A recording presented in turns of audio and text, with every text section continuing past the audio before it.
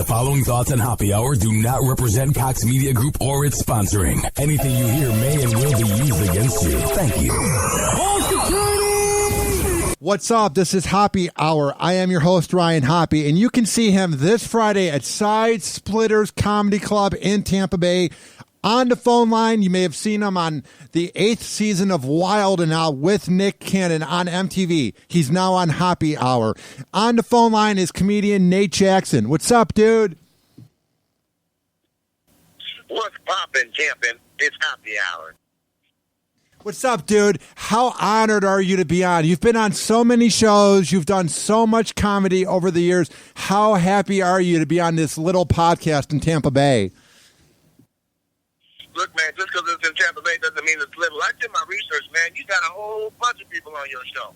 I also saw that you had Tony Romo giving you a shout-out, man. You ain't doing yourself justice, man. You got a good thing going. Thank you, bro. The thing is, I like to keep it humble because whenever I talk about anything I've accomplished, my girlfriend rolls her eyes and says to be humble. So it's one of those things where I just try to take each day as it is. Because you know how it is. Even when you have some type of success, you like to just keep it humble because nobody likes a douchebag, you know? Yeah, like Kendrick Lamar says, man, be humble. That's what I'm saying, man. Speaking of Kendrick Lamar, what do you think of his new album? Since you're a guy that's into hip-hop and you've talked about it in your comedy, what do you think of his new album and what he brings to the game? I think Kendrick Lamar and J. Cole are pretty much single-handedly saving music right now. Because I can't stand all these mumble rappers. Dude, it's bad, man. I'm from Chicago, so it's home of like Lil Durk and Chief Keef, all the mumble rappers, so I know exactly what you're talking about. But it's weird. If you listen to rap from even 10 years ago, they pronounce their words. It wasn't great, but it's just this downfall of hip-hop, man, has been crazy. You know what I mean, Nate? Yeah, man, I concur. So how do you approach comedy? Because it's getting so watered down at times with people that were in 7-second vines opening up shows, and it seems like there's so much competition out there. So how do you try to make your name get out there? Well, I think that the stand-ups have to adapt to the market. The current market is saying you need to put a lot of material on social media. People want to see who they're about to see live in their hand on the little screen before they see them live in front of them. That's very true, because I was just watching your work on YouTube, and it was very cool. It was very easy to find you on YouTube. I've had comedians before that were very hard to find on social media, but when I typed in your name, it showed you, and it showed a guy that played on the Broncos, so you have a very good web presence, which is what I think you do very, very well, is that it's very easy to find your work online. Yeah, a lot of work goes into it. It actually used to just be me when you type my name in, but apparently the Bronco wrote a book about smoking weed while playing in the NFL, and it launched him higher in the analytics than me. So now when I type my own name in, I see a white guy wearing a Broncos uniform. It's a damn shame. And he hasn't even played in like 10 years, and for some reason everyone cares about what he has to say. Yeah, because he's part of that movement in the NFL right now for smoking weed being legalized. For players, maybe even in the off season. Dude, it's weird how the internet works, because if you go to a second or third page on Google, all our work could be on there, but it all matters what is on the first page of Google. It can bring a lot of anxiousness out of us because you want to have the best web presence. You know what I mean? Right. But at the same time, if somebody's looking for me, they know that guy isn't me. So they can see me pretty quickly when they sort it out. Even typing in Nate Jackson Comedy, you get only my stuff. So I saw that you won a competition over in the Bay Area on the West Coast back in 2010. How did that go? How did you get into the competition? Okay, so it took me 4 years of entering that competition to win it. And the Bay Area Black Comedy Competition it's kind of a shame that it says Bay Area in the name, because of what it is, it's actually larger than that. So, it's the largest urban comedy competition for the last 25 years. Everybody who's anybody has been in it. And you got to really, really bring the pain. You got to structure your sets around how long the sets are for each round, and the competition is a very, very high level. You can do a set and do very well and have one joke missed or one setup not connect, and that's the difference between making it to the next round or not. So it takes a lot of professionalism and experience to advance in the Bay Area Black, let alone to win it.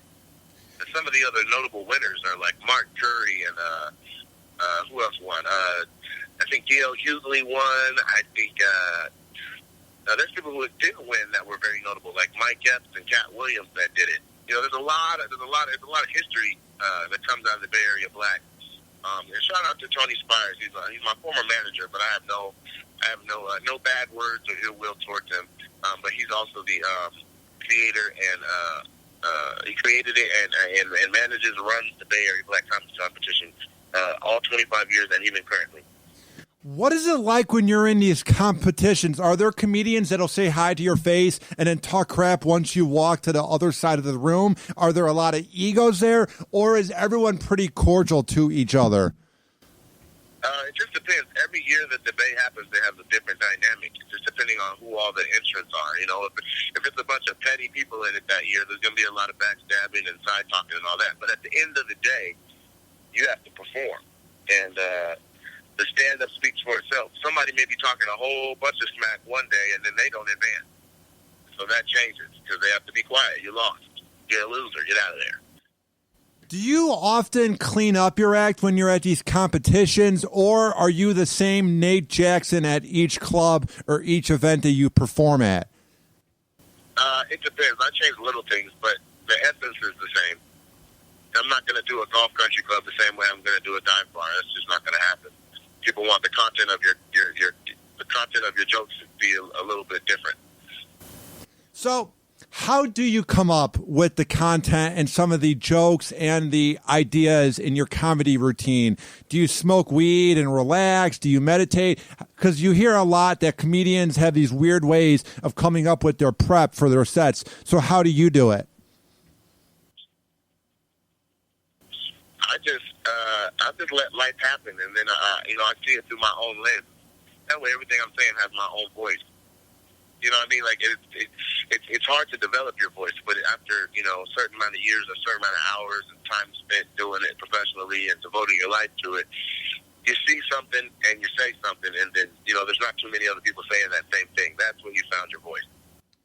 How often do you go back and look at your work from, let's say, even the competition 7 years ago, or maybe some work from a decade ago, and you just cringe knowing that you would have done better now and you've seen how you've grown as a comedian?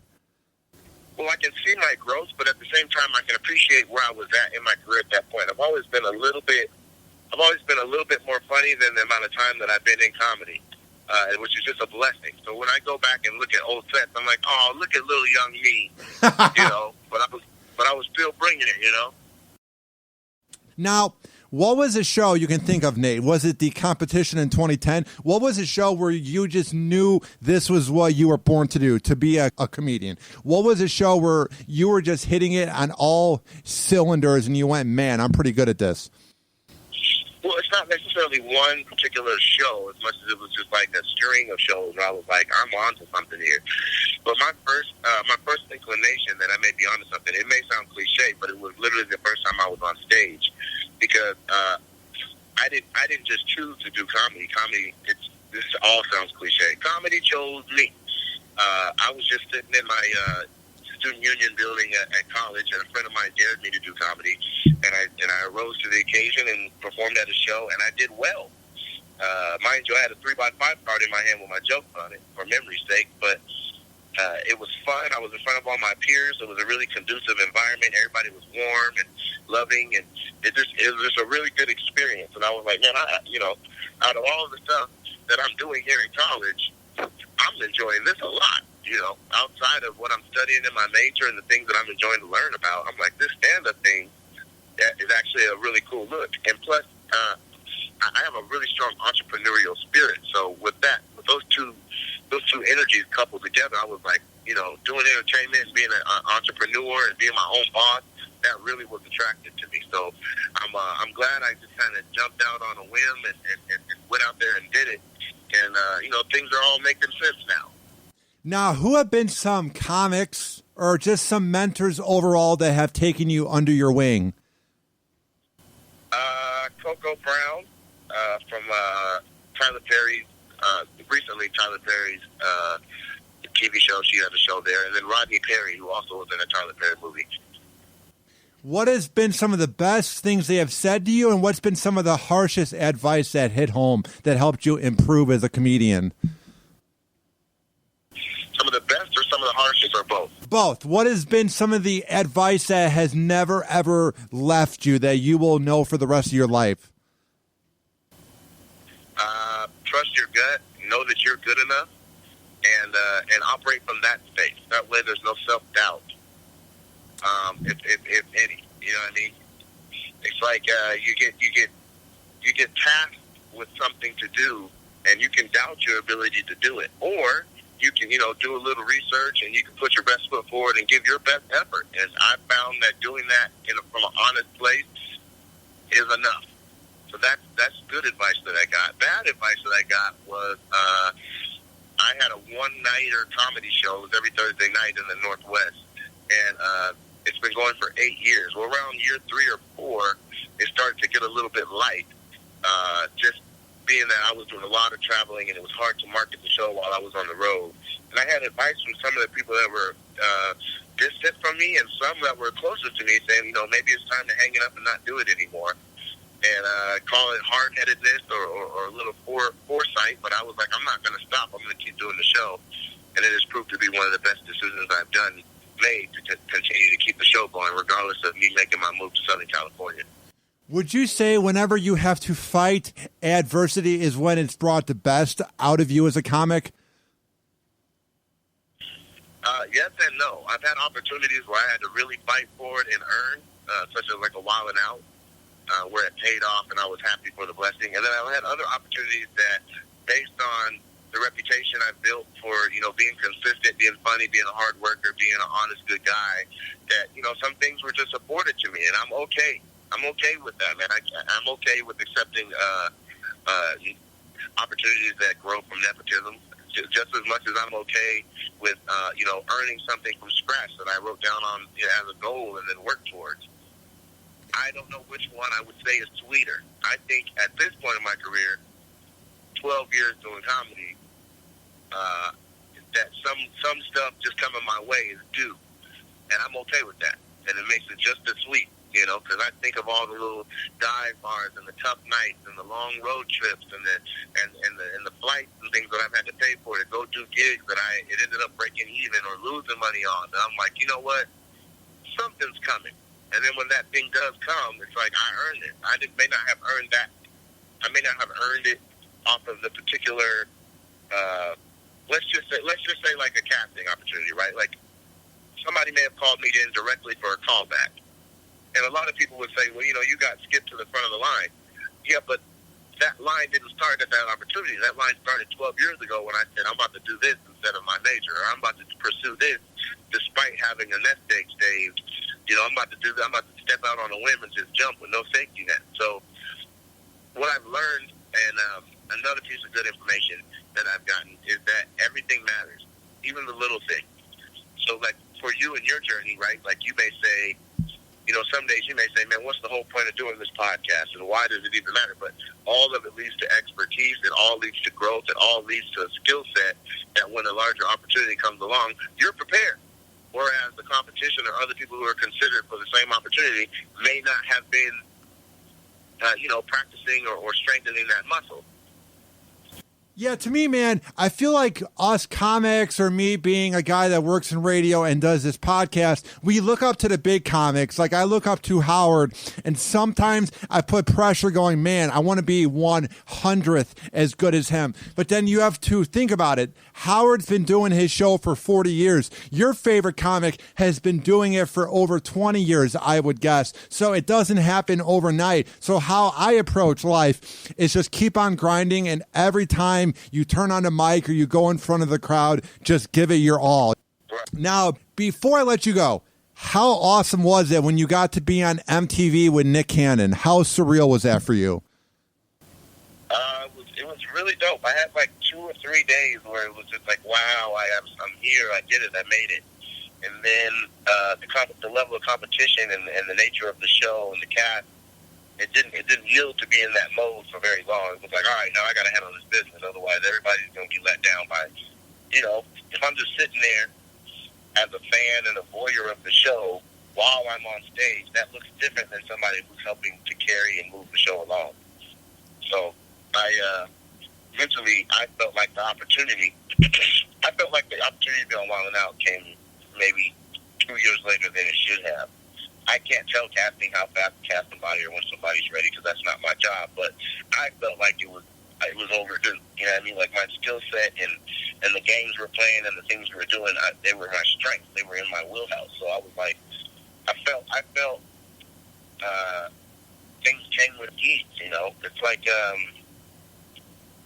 I'm not a superhero, but just to give you a metaphor, it'd be like asking Superman to look through a wall. It's like I've been able to do that.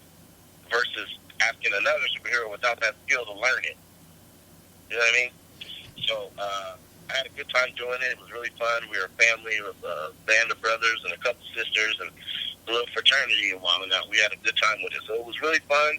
But yeah, it was surreal for like 2 or 3 days. And then after that, it was like, all right, we got to get in the paint and put in some work.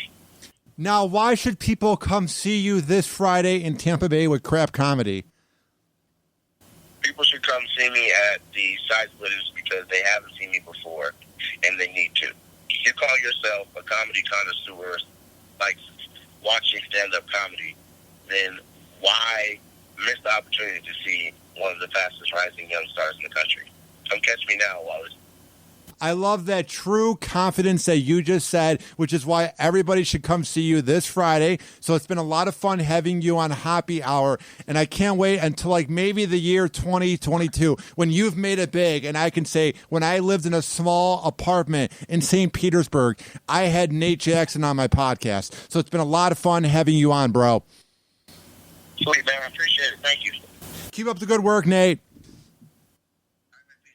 And now with comedian Nate Jackson. You may have seen him on season 8 of Wild 'N Out on MTV. And you can see him this Friday with Crab Comedy at Side Splitters Comedy Club in Tampa Bay. Now, to get tickets, it's not hard. It's not rocket science. All you have to do is you can pre-order them by going to sidesplitterscomedy.com. I would suggest you guys do that now because it's going to sell out. And to check them out, if you want to buy the tickets in person, if you live on the Tampa Bay side of town, it's 12938 North Dale Mabry Highway, and that's in Tampa Bay, Florida. And call them 813-960-1197. It's 813-960-1197. All right, this has been Hoppe Hour. I am your host, Ryan Hoppe, saying peace out. Hoppe Hour. Hoppe Hour.